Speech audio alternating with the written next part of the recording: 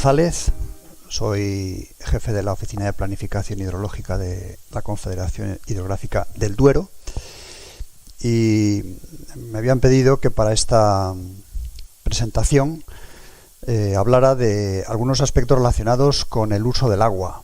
Ahí tienen en la diapositiva un poco el título: aspectos legales, plan hidrológico, estado de las masas de agua de la cuenca del Duero, ¿no? Me parece que tenemos una hora para esto. Mi idea sería estar como 45 minutos y luego, si hay preguntas, bien, y si no, pues pasamos a enseñarles algunas de las aplicaciones que tenemos en la Confederación para hacer el seguimiento de esto, ¿no? 4 puntos para comentar esta mañana. Lo primero, requisitos legales del uso del agua. Luego una parte relacionada con las aguas subterráneas en la cuenca del Duero, que me parece que es un poco el ámbito en el que se mueven estas jornadas, sobre todo de eficiencia, aguas subterráneas, uso de las aguas subterráneas. Hablaremos un poco de la propuesta del Plan Hidrológico del Duero para 2022-2027, que probablemente, según nos han dicho, se aprobará definitivamente la semana que viene. Y luego algunos aspectos sobre la gestión del agua a través de las comunidades de usuarios, ¿no? Vamos a empezar hablando de los requisitos legales para el uso del agua. Fundamentalmente, ahí tienen la normativa que regula el uso del agua en España, básicamente una ley del año 85, la Ley de Aguas, que algunos de ustedes, pues, en fin, hace 40 años casi, pues estarían quizá en la mente de Dios, y otros ya pues seríamos unos jovenzanos, ¿no? 40 años tiene la Ley de Aguas, cambia el paradigma del uso del agua en España. Hasta ese momento el agua subterránea, sobre todo, era de quien la alumbraba, y a partir de ese momento, del año 85, todas las aguas se convierten en públicas, y por tanto, para utilizar el agua para una actividad privada es necesario una autorización administrativa. Si bien es cierto que deja un margen para todas aquellas aguas que venían siendo privadas y que tenían un derecho por la normativa anterior, la realidad es que todas las aguas pasan a públicas. Ley de Aguas del año 85, hay una reforma importante en el año 2001 para adaptar la ley a la Directiva Marco del Agua, que es una normativa, una directiva europea que regula el uso y la gestión del agua en toda la Unión Europea. Y bueno, y luego ha tenido pues algunos cambios adicionales, ¿no? Aparecen también el Reglamento de Dominio Público Hidráulico de Dominio Público, que regula algunos aspectos de la ley, el Reglamento de la Planificación, Reglamento de Administración Pública del Agua, y luego las normativas de los planes hidrológicos, que en cada cuenca regulan adicionalmente los aspectos que la ley deja un poco a juicio de cada cuenca, ¿no? Bueno, ese es un poco el marco normativo. El uso del agua se puede hacer a través de 4 herramientas que aparecen en la figura. Lo más normal es la concesión de aguas, ¿eh?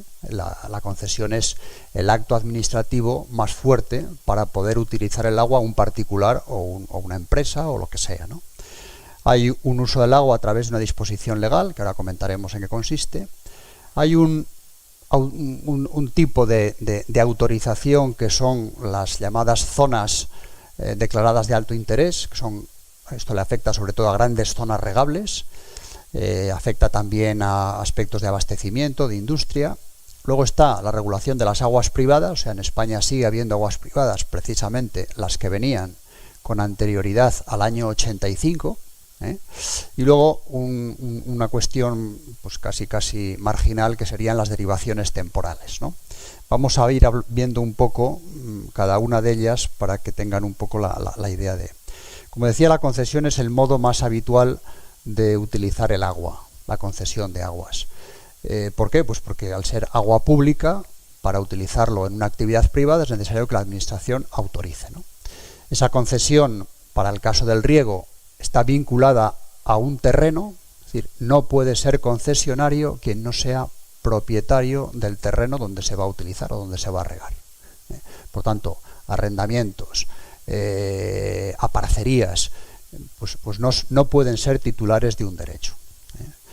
Lo más importante de esa concesión es que sea compatible con el plan hidrológico, hay un trámite de competencia de proyectos, es decir, que cualquier usuario que pretenda un uso concesional tiene que someterse a una competencia de proyectos. Es decir, yo tengo 10 hectáreas y quiero una concesión.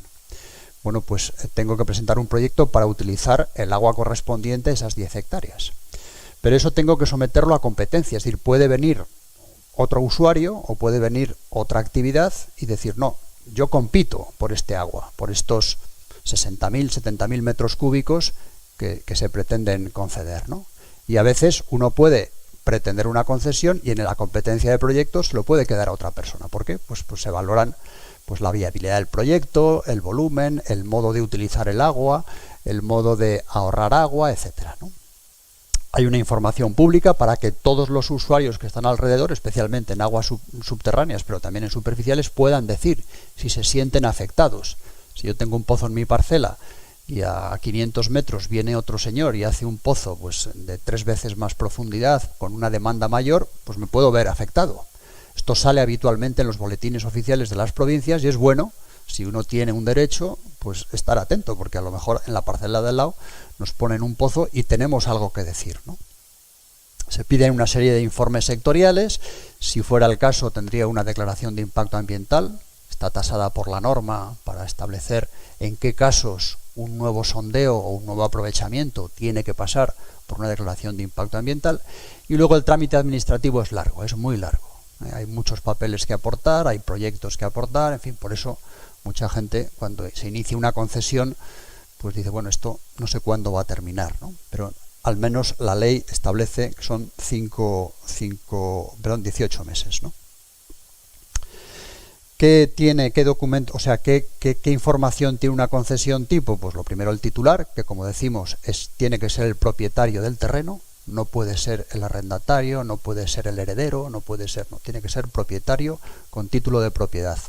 En la concesión aparecen las características del uso, pues si es para riego las hectáreas, si es para ganadería, cuántas cabezas de ganado y qué tipo de ganadería, si es un proceso industrial, pues cuál es el proceso industrial, etcétera, ¿no? Las características de la captación, dónde se ubica, coordenadas, si es un sondeo, si es una toma, si es un pozo aluvial, la profundidad, el diámetro, etcétera, ¿no? El origen del agua, estamos hablando de que si es agua subterránea, de qué acuífero está tomando agua, y si es agua superficial, de qué cauce toma. Y luego aparecen dos datos importantes que son el volumen y el caudal máximo anual, medio equivalente y máximo instantáneo. Esto es importante de cara al diseño luego de la instalación. Si pretendemos una concesión donde el caudal máximo instantáneo pues tiene un valor, pues eso nos limita. El tipo de bomba que vamos a poner, el tipo de instalación, esto incide en lo que nos comentaban anteriormente de la eficiencia, etcétera, ¿no? Se establece también un plazo máximo de concesión, por cuántos años puedo utilizar ese aprovechamiento, que en el caso de la cuenca del Duero y para aguas subterráneas el máximo son 30 años. Al cabo de esos 30 años tiene que volver otra vez a pedirse la concesión, la innovación, etcétera. Y luego hay una serie de condiciones que tienen que ver con el uso del agua, que tienen que ver con la calidad del agua, etcétera, ¿no? Bien, ese sería el más clásico, que es la concesión. Luego está lo que llamamos los aprovechamientos por disposición legal. Estos aprovechamientos, cuando se hizo la ley del año 85, de alguna manera lo que se pretendía era decir, bueno, que cualquier persona, por el hecho de ser propietario de una parcela, pueda acceder pues a un aprovechamiento, pues lo que se viene conociendo pues como uso doméstico, por decirlo así, ¿no? Entonces se estableció que simplemente por el hecho de ser propietario de una parcela, uno puede acceder a un uso del agua siempre que lo encuentre en su parcela, ¿no? Un sondeo para su parcela. El máximo son 7.000 metros cúbicos por año, que eso es un valor bastante alto, pero está pensado pues para uso de una casa, para uso de una vivienda o de una pequeña pues actividad relacionada con el regadío, con la industria, etcétera, ¿no? Se debe ser propietario también de los terrenos. En España, como ven, el uso del agua está vinculado siempre a la propiedad de los terrenos. Los volúmenes y las obras tienen que ser adecuados, es decir, no podemos pretender para un aprovechamiento de 7.000 metros cúbicos, pues hacer un sondeo, no sé, de 600 metros, ¿no? O sea, tiene que haber una adecuación entre el volumen y la infraestructura, ¿no? La única limitación a este derecho, que este es un derecho, digamos, para todo el mundo, es que los acuíferos donde vamos a tomar el agua estén sobreexplotados, en cuyo caso pues tendríamos la limitación de que ahí no se pueden dar estos aprovechamientos por disposición legal. La tramitación es muy rápida, no más de 6 meses, y no hay plazo. Es decir, por el hecho de ser propietarios de esa parcela tenemos ese derecho a perpetuidad. Por supuesto tiene que haber también contadores, ahora hablaremos de ellos, etcétera, ¿no? Bien, decíamos antes que había otro modo de hacer el uso del agua, que son pues esas declaraciones del Estado de grandes zonas regables, ¿no? Estos son usos de agua que se vinculan pues a grandes planes estatales, sobre todo en los años 50 y 60, que en España había una necesidad de producir pues muchos alimentos y desarrollar las grandes zonas rurales. Se hicieron grandes declaraciones de regables, ¿no? En las cuales el Estado se comprometía a transformar en regadío pues muchas zonas que tenían una cierta aptitud para el riego. Se hacían grandes planes estatales con grandes infraestructuras, embalses, canales, grandes tomas, y luego se transformaba en regadío muchas zonas, ¿no? Entonces, en todas estas zonas regables, el uso del agua lo hacen en virtud de aquella declaración, y son, digamos que zonas a quien le suministra el agua al Estado, en este caso las confederaciones, para lo cual hacen unas infraestructuras que son embalses, que son grandes canales, grandes tomas, y por ese servicio todas estas grandes zonas regables están sujetas al pago de un canon de regulación y de una tarifa de utilización del agua, ¿no? Aquí el titular del derecho, del supuesto derecho, no es cada particular, sino que es la comunidad de regantes en su conjunto. Todas estas grandes zonas regables se inician porque se constituye una gran comunidad de regantes, ¿no? Aquí tenemos, cerca de donde estamos ahora, pues tenemos la comunidad de regantes de Jeria, Villamarciel, la del canal de Tordesillas, el canal de Pisuerga, el canal de Palencia, que son grandes zonas que tienen una comunidad de regantes que son los titulares de ese derecho, ¿no? Hay una zona que se delimita en estos grandes pues planes, y todo lo que está dentro de esa zona es lo que tendría derecho al uso del agua, ¿no? Estas comunidades de regantes participan en la gestión del agua que se hace en la cuenca. Todos los años participan en lo que se llaman las juntas de explotación, que son agrupaciones de todos los usuarios de una cuenca para establecer cómo se va a repartir el agua disponible ese año, el agua que hay en el embalse o el agua que viene por el río. Entonces, en esas juntas de explotación se reúnen, se fijan estas dotaciones de agua o volúmenes de agua, y eso de alguna manera se eleva a la Confederación para que lo apruebe, ¿no? O sea, estas zonas tienen una gran participación en la gestión del agua de todo, ¿no? Aquí es importante reconocer que el régimen sancionador le corresponde a la comunidad de regantes, no a la Confederación. Es decir, que es la comunidad la que reparte el agua en su zona, ¿no? Aquí habíamos puesto una imagen de una de estas grandes zonas regables, ¿no? Aquí ven, por ejemplo, en la foto, pues que aparecen un gran canal. Este sería el canal de San José, que está en la provincia de Zamora, y aquí tienen, por la parte de abajo riegan todo lo que es el canal de San José. Estas son las parcelitas de toda la zona regable, y por arriba estarían dos comunidades grandes, que son la Virgen del Aviso y San Frontis, ¿no?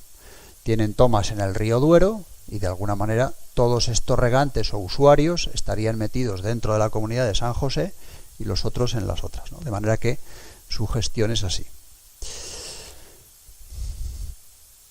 Bien, en relación con esto, tenemos que decir que el canon de regulación son unas tarifas que se pagan para amortizar las obras de regulación. Es decir, ¿por qué es posible el regadío en muchas de estas zonas regables? Pues precisamente porque hay unos embalses que acumulan el agua y que luego se distribuyen a lo largo del año, ¿no? Bien, pues todos estos usuarios, grandes usuarios, tienen que pagar lo que llamamos el canon de regulación, que incluye la amortización de las obras de esos embalses durante 50 años, más los gastos de operación y mantenimiento. Es decir, en España no se paga por el recurso, se paga por las infraestructuras que nos dan la posibilidad de utilizar el recurso, ¿no? Esto, insisto, son para aguas superficiales. En aguas subterráneas esta problemática no existe, ¿no?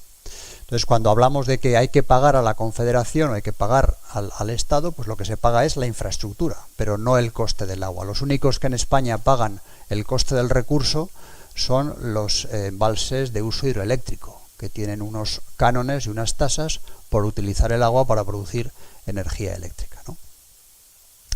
Bien, además del canon de regulación que tiene que ver con los embalses, tenemos lo que llamamos la tarifa de utilización del agua, que sería lo mismo, pero para las infraestructuras que afectan a cada comunidad de regantes. Es decir, si tenemos un canal del que nos trae el agua a nuestra comunidad de regantes desde el río, pues tenemos que pagar la amortización de esas obras y tenemos que pagar los costes de mantenimiento y de conservación, etcétera, ¿no? Bien, pasamos al cuarto modo de utilizar el agua en España, que son los derechos privados. Decíamos antes que en el año 85 se cambia la ley de aguas en España, se cambia el paradigma, se modifica la ley del año 1879, que estuvo en vigor pues prácticamente 100 años, ¿no? Entonces ahí, en esa ley, sí que se establecía que había derechos privados, ¿eh? El que alumbraba agua en su parcela, el agua alumbrada era suya.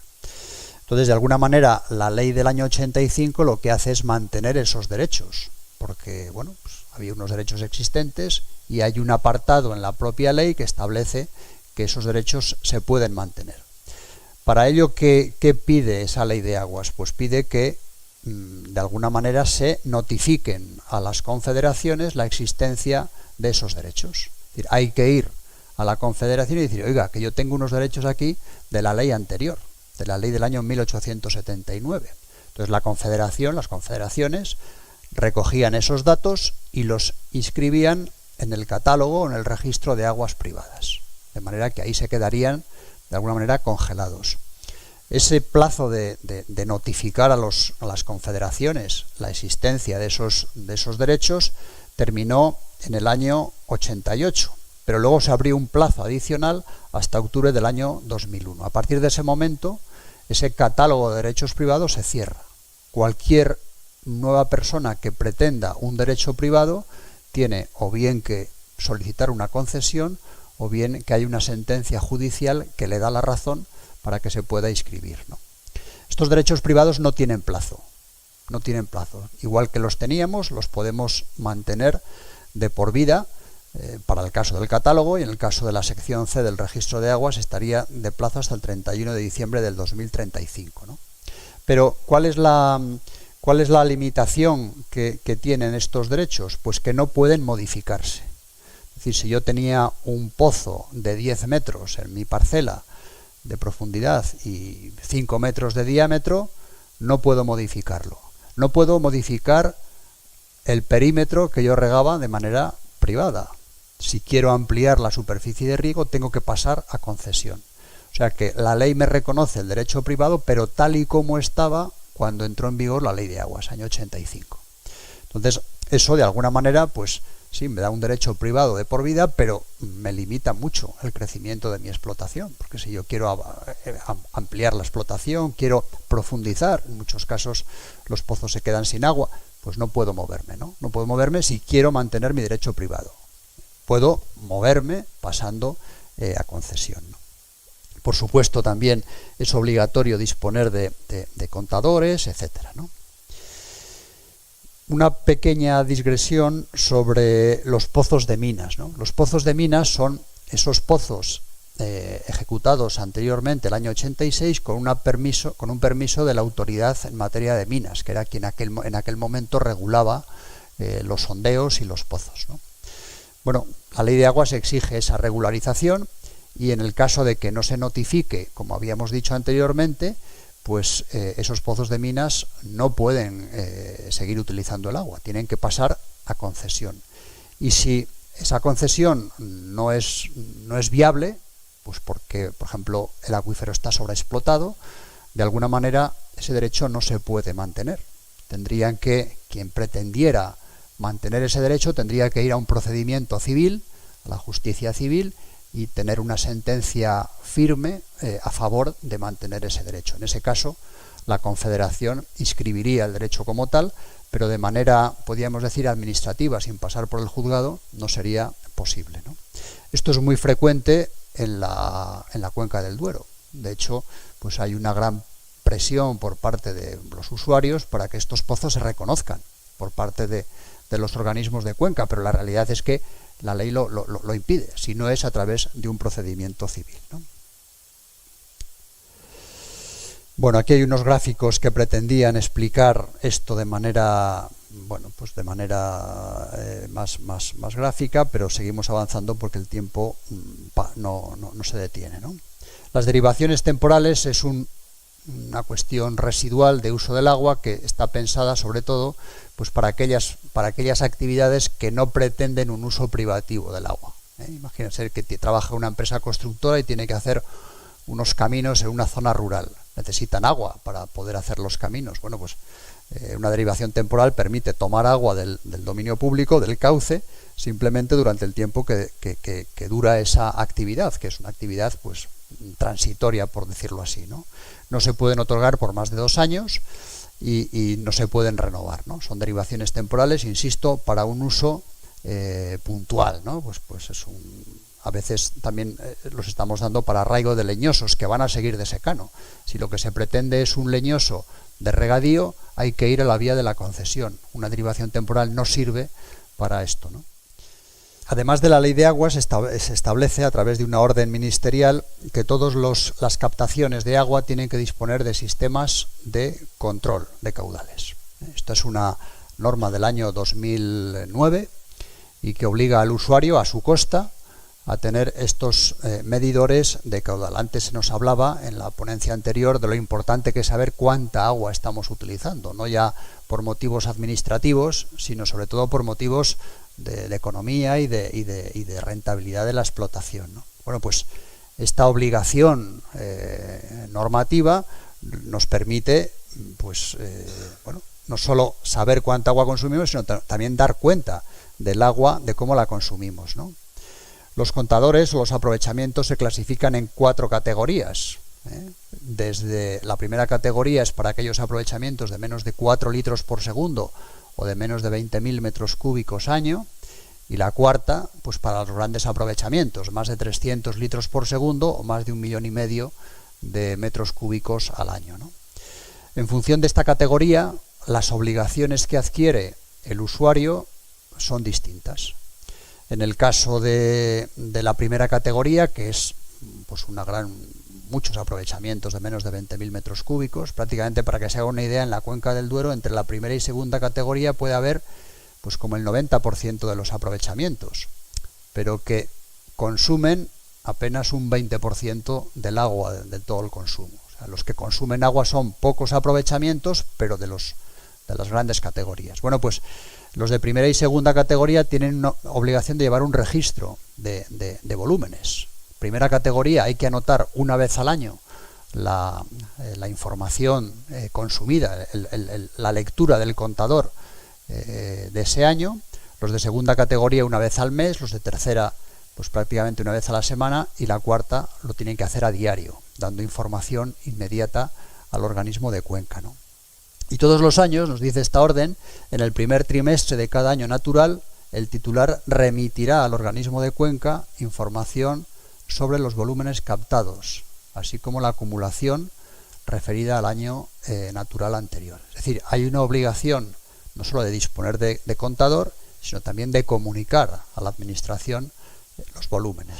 Los de tercera y cuarta categoría tienen la obligación de suministrar la información pues prácticamente en tiempo real. Entonces toda esa información que generan los de tercera y cuarta categoría se vuelca en la base de datos de control de contadores de la Confederación y aparece pues prácticamente cada 10 minutos aparece un dato, ¿no? Ahí tienen dos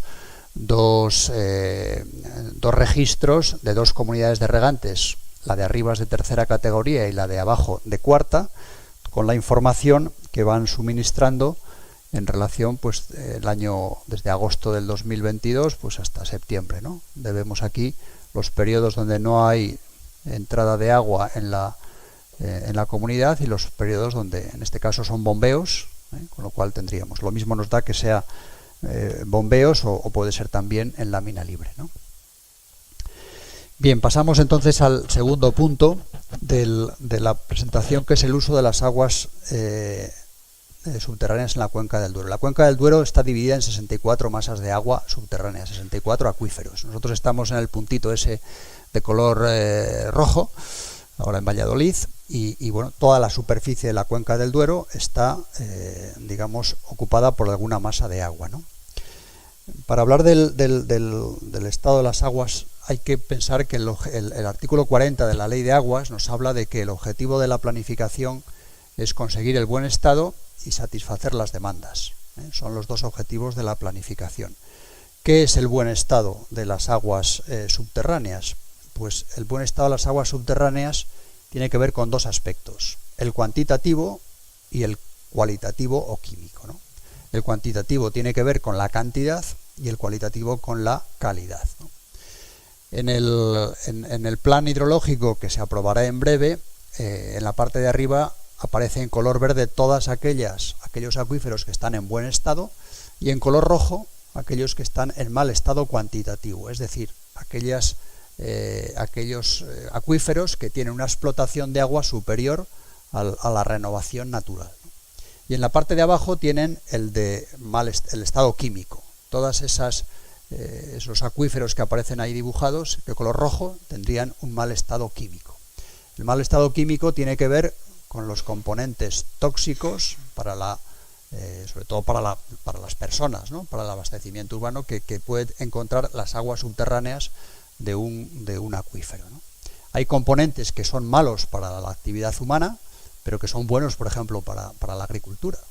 Un contenido alto de unas aguas subterráneas en nitrato, por ejemplo, pues es malo para los abastecimientos, pero es bueno para el riego, porque son kilos de nitrógeno que te aporta el agua y que no tienes que aportar de los abonos ordinarios, ¿no? Por eso es tan importante y es bueno saber que esta información está disponible, y sobre todo saber en nuestra captación, si somos agricultores, cuál es el contenido de nitrato que estamos aportando, porque a veces nos encontramos con sorpresas de cantidades importantes, ¿no? ¿Cómo se clasifica? O sea, ¿por qué está en mal estado una masa de agua? Pues una masa de agua está en mal estado porque básicamente incumple alguno de los 4 test de identificación del estado. El más importante es el primero, el balance hídrico y la tendencia piezométrica. ¿Qué se mide en las aguas subterráneas? La profundidad del agua, fundamentalmente. Esa profundidad del agua, cuando tenemos registros a lo largo de mucho tiempo, nos va dando la información de cómo se mueve el nivel piezométrico de un acuífero. Por tanto, si tenemos registros de mucho tiempo, vemos si los niveles suben, bajan, se mantienen estables, etcétera, ¿no? Además de esto, además de esa piezometría, esto tiene que responder a un balance hídrico, es decir, cuánto aporta, cuánto es la recarga en régimen natural y cuánto estamos extrayendo por las actividades que tenemos en ese acuífero, ¿no? Un segundo test tiene que ver con las masas de agua superficial asociadas. Muchos acuíferos tienen descargas de manera natural a las aguas superficiales. A veces las aguas superficiales dejan de circular. Tenemos muchos ríos en la cuenca del Duero que han dejado de circular porque las masas subterráneas han bajado, y al bajar hay una desconexión de la subterránea con la superficial. Y muchos ríos que el agua que circulaba venía de las aportaciones de manantiales y de acuíferos han dejado de tener, ¿no? Luego, un tercer test tiene que ver con los daños de los ecosistemas terrestres. En esos ríos a veces hay ecosistemas interesantes y que se producen daños como consecuencia de que no hay esa circulación de agua. Y luego, a veces hay fuerte explotación que produce intrusión salina. Esto también es importante de cara a hacer ese test correspondiente. Bueno, pues con estos 4 test, lo que vemos es que en la cuenca del Duero hay 4 masas de agua que están en mal estado, que es Tordesillas Toro, la tierra de Pinares en los Arenales, la tierra de Medina y Moraña y la tierra del Vino, ¿no? Que está en la provincia de Zamora.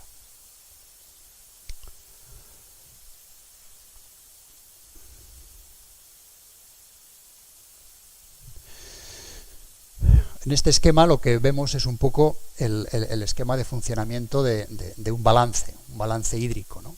donde vemos pues, que la aportación fundamentalmente es de la precipitación, también las conexiones laterales de las masas de agua. Parte de esa precipitación se evapotranspira a través del suelo o a través de los cultivos, parte se infiltra, hay otra parte de la que llueve que vuelve a los ríos, etcétera, y de alguna manera, entonces, con este esquema conceptual, por decirlo así, pues lo que hacemos es un balance de agua, lo que aporta la precipitación, lo que se almacena en el suelo, lo que pasa al acuífero, lo que vuelve a las correntías superficiales y lo que se evapotranspira. Y al final, de ese balance total, obtenemos unos recursos renovables de cada acuífero, que es el que vamos a contrastar con las extracciones, con el agua que estamos sacando. El índice de explotación que utilizamos para definir ese estado cuantitativo es un cociente entre lo que se extrae y el recurso disponible. Ese recurso disponible evidentemente cambia de unos años a otros, porque unos años llueve más, otros años llueve menos, pero al final hay que hacer un balance del conjunto de todos los años, ¿no? Al final se establecen unos recursos disponibles que se vinculan con las extracciones. Y la piezometría, en el test primero que decíamos, pues valoramos con el tiempo si la piezometría sube, si baja o se mantiene estable, ¿no? Esa es la red de captaciones o de piezómetros que tenemos en toda la cuenca del Duero. Tenemos más de 450 piezómetros donde medimos 6 veces al año en los niveles de agua. Prácticamente cada 2 meses tomamos una medida. Y esto nos permite establecer pues, una serie de balances y de tendencias piezométricas. Ahí tenéis, por ejemplo, la evolución piezométrica de la masa de agua en Medina del Campo entre el año 70, primer año que empezamos a tener registros, y el año 2022. Estos son descensos. Entonces, cuando empezamos a tomar medidas, año 70, pues descenso 0. Es el nivel que tomamos como referencia.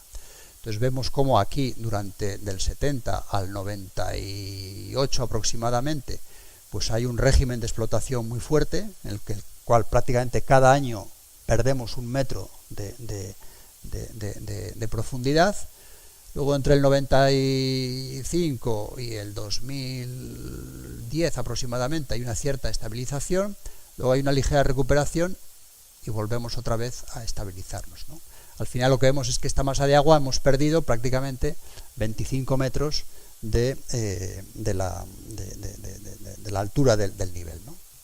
Todo esto lo tenemos volcado en la base de Miramé, que es la que utilizamos para la gestión y la planificación hidrológica, y vemos en cada masa de agua integramos todos los piezómetros que tenemos en una única curva, ¿no? Ahí vemos, por ejemplo, el piezómetro de Costanzana, que estaría incluso con unos descensos mayores que el medio de la masa de agua.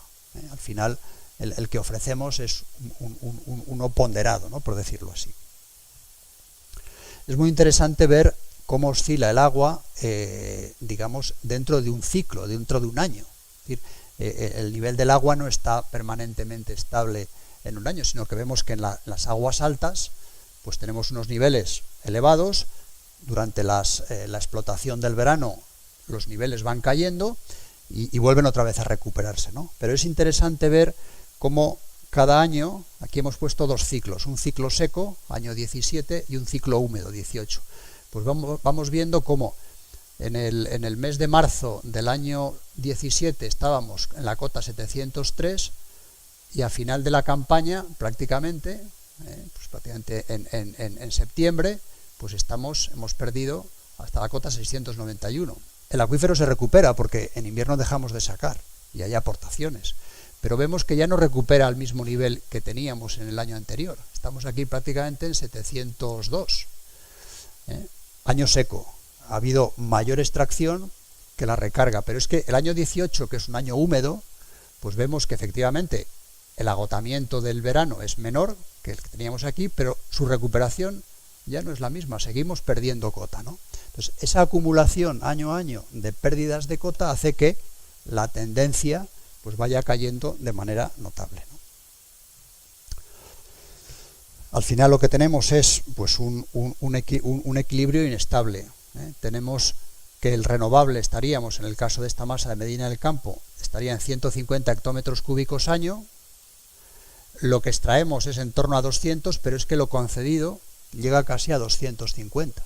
Y tenemos una concesión mucho mayor, no solo que la capacidad de renovación anual, sino también que lo que realmente se extrae, ¿no? Entonces, esta tendencia hace que cada año pues vayamos tirando de las reservas de ese acuífero y hace que los niveles, lógicamente, pues vayan bajando. Si alguno es agricultor en esta zona, pues sabrá perfectamente cuántos metros ha tenido que bajar la bomba en determinados sondeos, ¿no?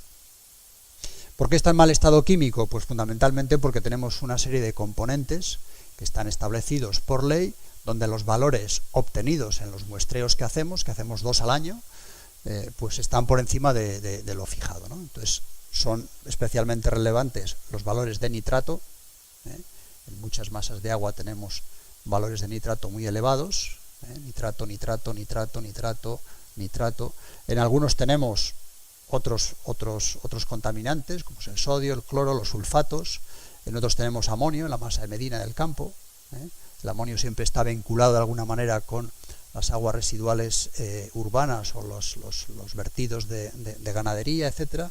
Y al final tenemos 18 masas de agua que están en mal estado, ¿no? Mal estado químico. Esto es relevante para los abastecimientos, insisto, que muchos toman de estos acuíferos y claro, pues sus necesidades de potabilización se disparan, porque quitar valores de 37, de 40, de 55, de 60 miligramos por litro de nitrato en el agua bruta, pues supone un coste adicional muy importante, ¿no?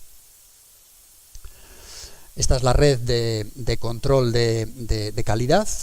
Es una red menos densa que la que teníamos de piezometría, pero que nos da una idea bastante buena de cómo está la situación de la calidad del agua, ¿no?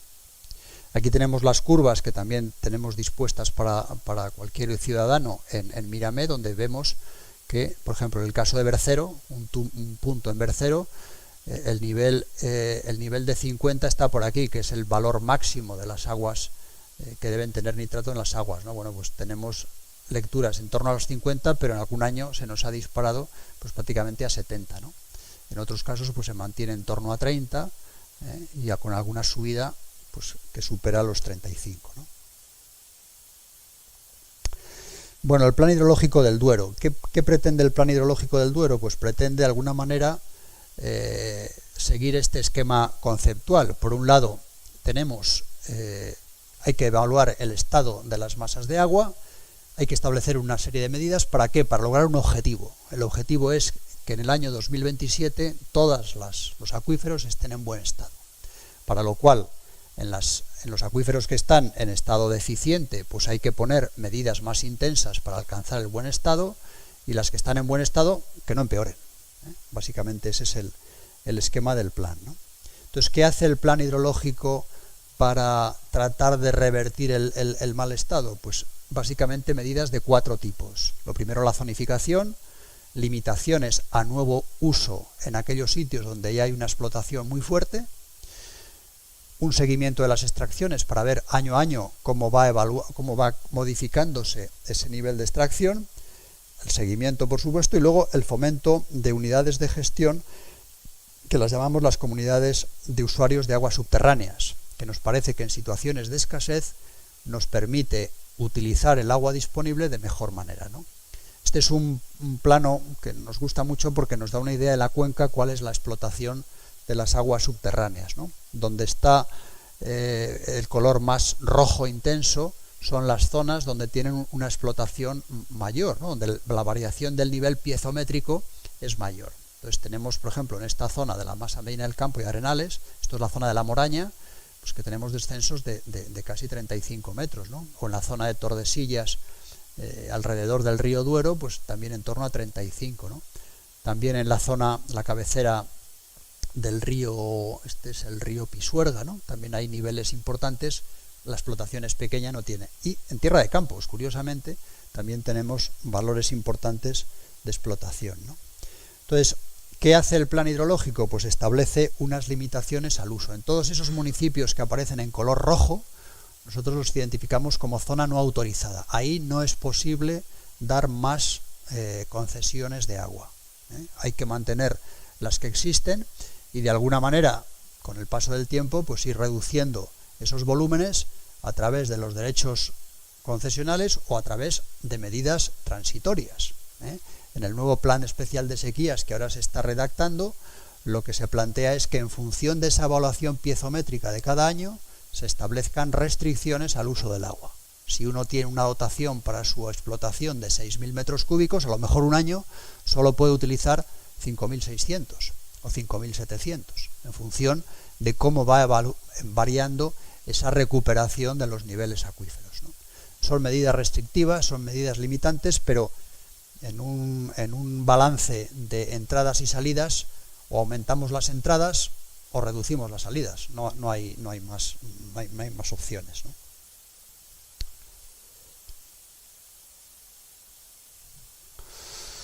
Bueno, es lo que he comentado, las modificaciones de características no pueden incrementar el volumen de agua, la idea es que esas extracciones no sigan aumentando, ¿no? También hay una medida dura, que es la novación de concesiones, es decir, que todas las concesiones, cuando termine su plazo de concesional, que establecíamos antes en 40 años, pues requieren una nueva revisión, y si las masas de agua no han recuperado sus niveles, pues a lo mejor esas concesiones que se disponía se quedan en la mitad, o se quedan en un tercio, o se quedan en un cuarto, en función de ese ratio entre lo que extraemos y lo que se renueva, ¿no? Hay limitaciones también para la calidad. En todas las zonas vulnerables, cuando se solicitan concesiones de agua, se están poniendo limitaciones para que no se aumente la contaminación difusa. Esto es muy importante porque saben que España está sancionada por la Unión Europea porque no estamos cumpliendo las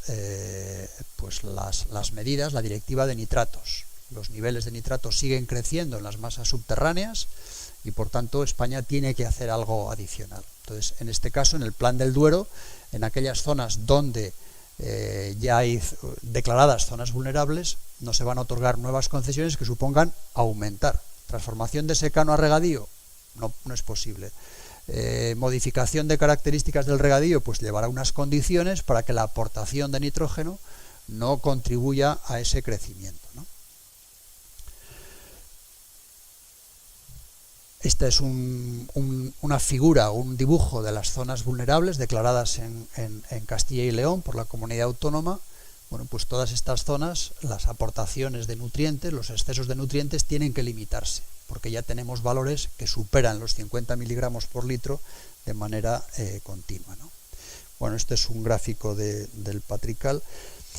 También estamos sugiriendo cantidades máximas de aportación de nitrógeno en función de cuál es la evolución del nitrógeno.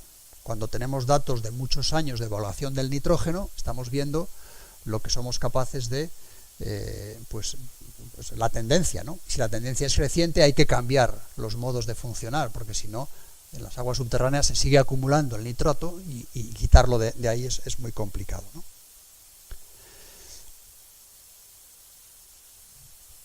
Bueno, pasamos a la última parte, la gestión de las cuas, ¿no? Me quedan 10 minutos, ¿no? Dunia, me parece que 10 minutos, ¿no? Empecé menos 10. Bueno, entonces, las comunidades de aguas subterráneas. Hay una tradición muy amplia en la cuenca del Duero y en general en España de aguas superficiales, de comunidades de regantes de aguas superficiales, no tanto de aguas subterráneas. Hay dos tipos de comunidades de regantes, las ordinarias, que son las clásicas, y luego los convenios de riego, que es hasta 20 socios, ¿no? Hasta 20 socios se pueden agrupar en una comunidad por convenio, ¿no? Y luego estas comunidades de convenio o estas comunidades ordinarias se pueden agrupar en comunidades generales y juntas centrales, ¿no? ¿Qué es una comunidad de usuarios? Pues es una corporación de derecho público.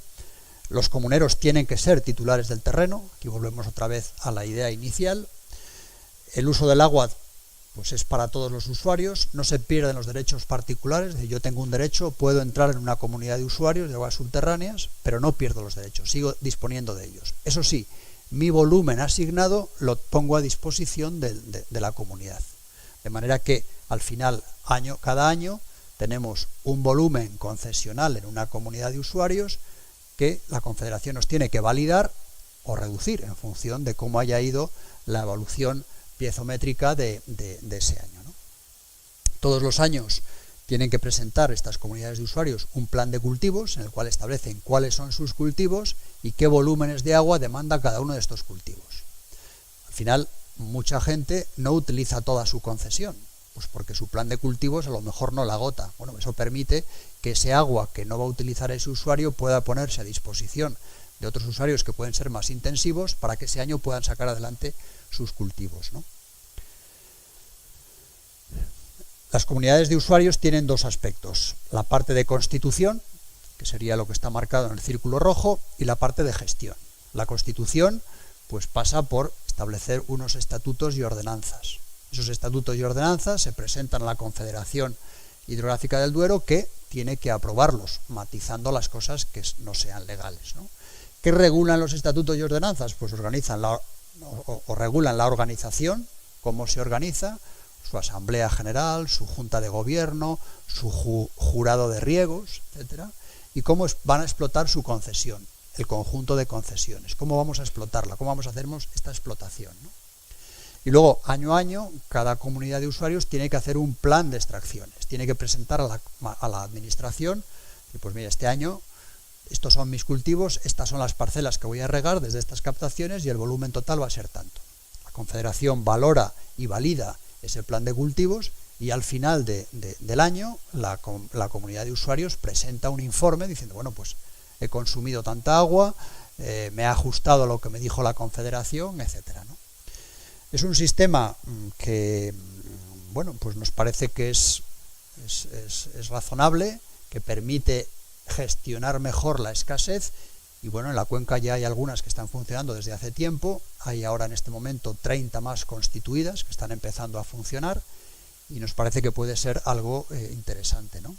El plan de extracciones anuales tiene las parcelas, la superficie, los derechos de agua vinculado, el tipo de cultivo, el contador, el régimen de control si fallara el contador, establece también cómo controlarlo, y luego el mantenimiento del elenco. Aquí tienen, por ejemplo, el plan de cultivos de una CUAS que lleva funcionando ya 5 años, 6 años, en Cantalpino, donde aparece en la parte de abajo, este sería su elenco de parcelas, todas estas parcelas que están en color rosa están incluidas en esa CUAS, y aquí aparece la información que pasan cada año al organismo de cuenca, donde aparece el código de captación, aparece el polígono, la parcela, el código de contador, que no sé dónde está, en algún sitio, y luego el tipo de cultivo que ponen en cada una de esas parcelas con su superficie. Al final todo esto se armoniza y se trata de que cada año este elenco se mantenga actualizado y validado, porque cada año puede ir cambiando los tipos de cultivos o las extracciones, ¿no? Bueno, aquí tenía un gráfico de cómo se puede armonizar, pero como estamos ya casi en el límite y si queremos que haya alguna pregunta, pongo aquí simplemente ejemplos de comunidades de usuarios de aguas subterráneas que llevan funcionando ya muchos años, ¿no? Uno puede decir, hombre, esto tiene su limitación en cuanto a superficie. Bueno, pues aquí tenemos la Junta Central de Usuarios de la Mancha Oriental, que tiene 150.000 hectáreas. Gestiona 150.000 hectáreas. Claro, esto es una empresa, una empresa donde tiene, por supuesto, los órganos de gobierno, pero luego tiene pues 4 técnicos, tienen personal de campo, en fin, funcionan pues, lógicamente como tal. Esta funciona bastante bien, llevan funcionando desde el año 98, haciendo esto que estamos diciendo, con planes de cultivo. Otras tienen a lo mejor menos experiencia, esta tiene en torno a 80.000 hectáreas, esta tiene 70.000 hectáreas, esta tiene 10.000 hectáreas. El Carracillo, en la cuenca del Duero, lo tenemos en la provincia de Segovia, 2.600 hectáreas, puede funcionar.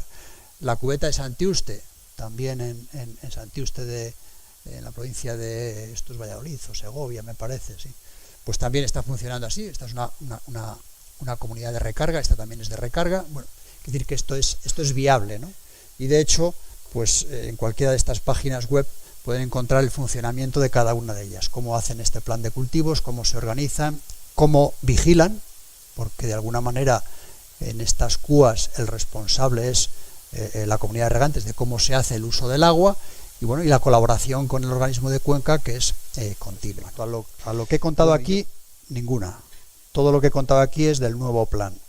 Lo más restrictivo de cara a las aguas subterráneas es que en las 4 masas de agua en mal estado cuantitativo no se van a poder dar más derechos, es decir, hay que congelar la situación tal y como está, que en las zonas con limitaciones específicas que están en el resto de la cuenca todavía se pueden dar derechos, pero con un límite, cuando se alcance un determinado valor no se puede seguir, que hay zonas no autorizadas fuera de estas 4 masas de agua en mal estado cuantitativo, por ejemplo, estoy pensando donde puede haber bastante remolacha, masa Salamanca, buen estado cuantitativo, pero va a haber términos en los que no se van a poder dar más aprovechamientos. Tierra de Campos, toda la zona de Villar de Frades, Urueña, Medina de Río Seco, toda esa zona va a haber bastantes municipios que no se pueden dar nuevos derechos. Entonces, esto en cuanto a la cantidad. Respecto a la calidad, en zonas vulnerables no se van a otorgar nuevos derechos de cambio de secano a regadío.